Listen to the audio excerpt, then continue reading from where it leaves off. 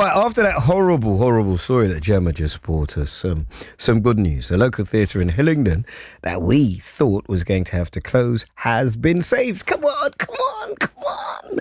And the future of the Beck Theatre has been secured. Hillingdon Council have announced a 15-year deal with Parkwood Theatres with the option to extend the deal by another 10 years. Jonathan Haynes has been behind Back the Beck. Right, so hold on, because I've got to take you on the journey now. I spoke to him in October when I asked what message he would give to the council if they were listening. They must reopen a dialogue with the current venue staff and theatre director Steve Sargent. We must work out a plan from January 2025. We still don't know of the council's intentions, and we demand answers to a number of questions that we've actually put to the council in the last few days. We won't let them run down the clock to force this inevitable closure, because we've seen this happen with so many other venues up and down the country. We're onto them, and we know that this is straight out of a playbook. We're not here to get into a slanging match with the council. Yeah, but it feels like that. It feels slightly adversarial from your perspective. Is this because you're annoyed that they haven't answered you, or why is it this edgy?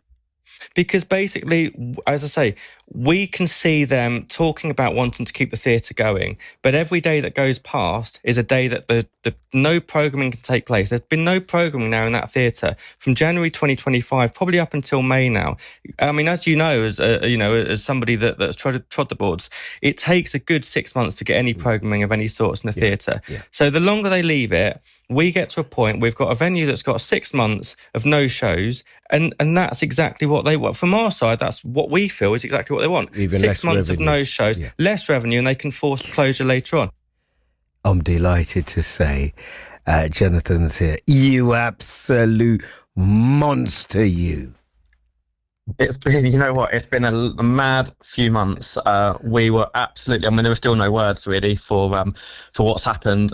We were absolutely delighted to hear the news on Friday when it finally broke and a decision was reached. We thought that it was it. We thought that was it. It was, we were winding down. We were looking down a tunnel with no end in sight, and we finally got the answer that we wanted. Yeah, I mean, they don't want us campaigning on it. They don't like me having an opinion. They don't like any of that. But, I've got to say, whatever it is, where people who live in an area feel that a building, library, whatever it might be, is so important, and they're so galvanised by it, they're going to come out and protest and campaign and contact people. I mean, that's why we are here. It is a fantastic story. Although I do have to say, we have a series called Meet the Leader. And when they come in, when we meet the leaders of the local authorities, you do understand that they're not doing it in the large because they're malicious, but they're trying to make these incredibly difficult budgets balance. They are. I mean, we understand that, and again, the reasons why they were kind of backed into a corner.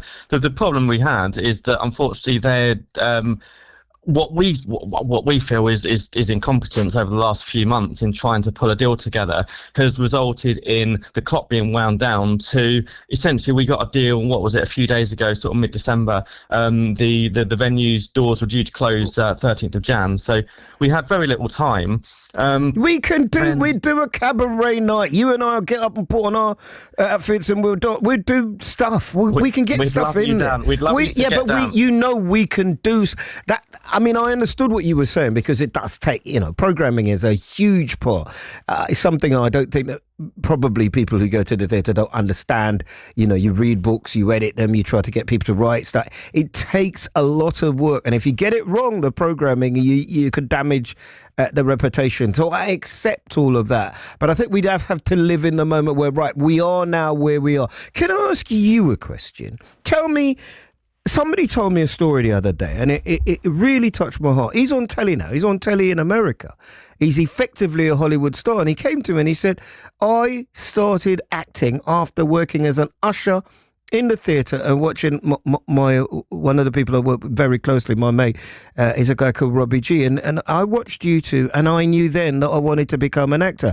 And he's much more successful than us now. But I am always interested in how people become attached to things. What's your history with the building, John? So I've been a resident for all my life really, and I've since seen my sister do dance shows in there sort of back in the day when I was a kid. I've helped out on a huge number of productions, different community projects. I've never actually been employed by the Beck. I've just been a very local a local resident who really sees it as home, and I'm not the only one. There's so many people that go to that venue and see it as home. We talk about the community choir, the youth theatre. The Cabin Crew Entertainment Society that have raised £1,000 for charity in the last few years.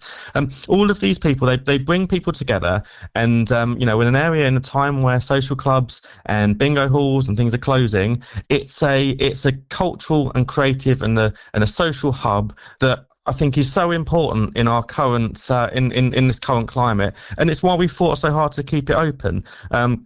It's not just for sentimentality. It's about the excellent work that it does.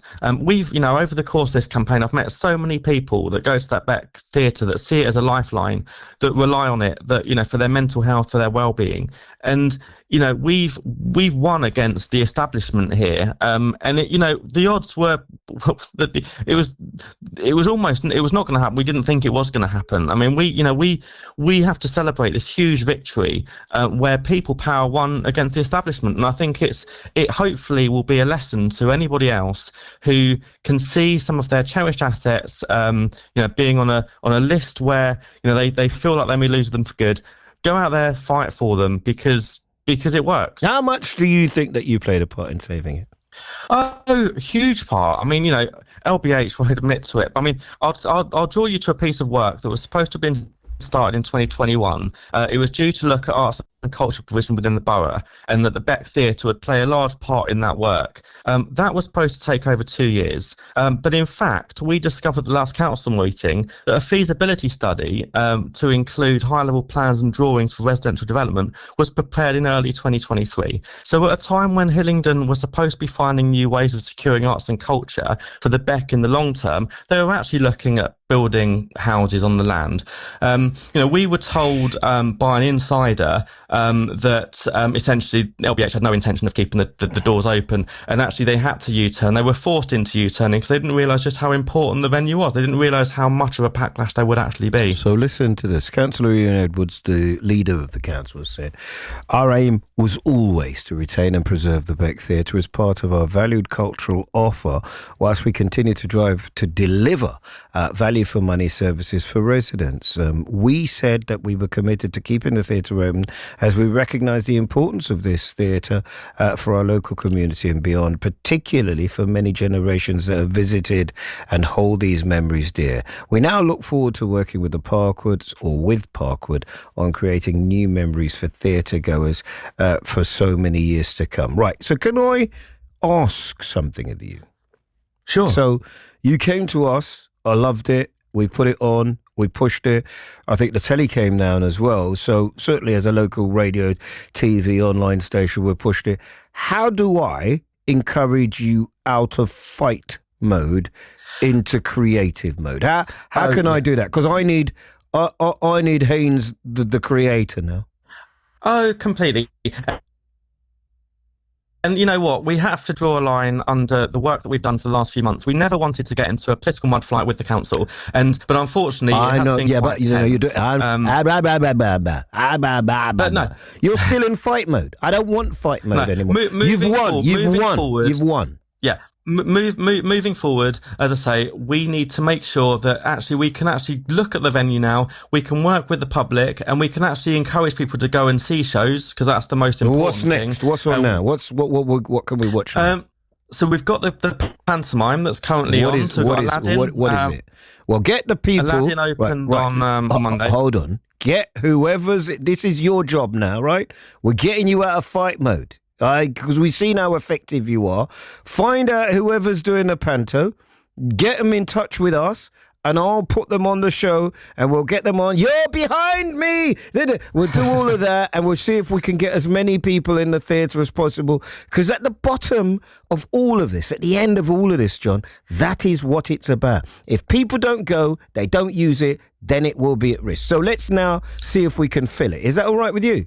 Absolutely. Yeah, no, that's great. And we've been humbled by so many people that have come back to us to thank us and for all the work that everybody's done. And I would just like to use this point and this time now to thank everybody who has engaged with our campaign. You know, everyone who signed petitions, everyone who attended our public meetings, went to our demonstrations. You know, we showed Hillingdon that arts and culture really matters and that we really must protect the things that we hold dear.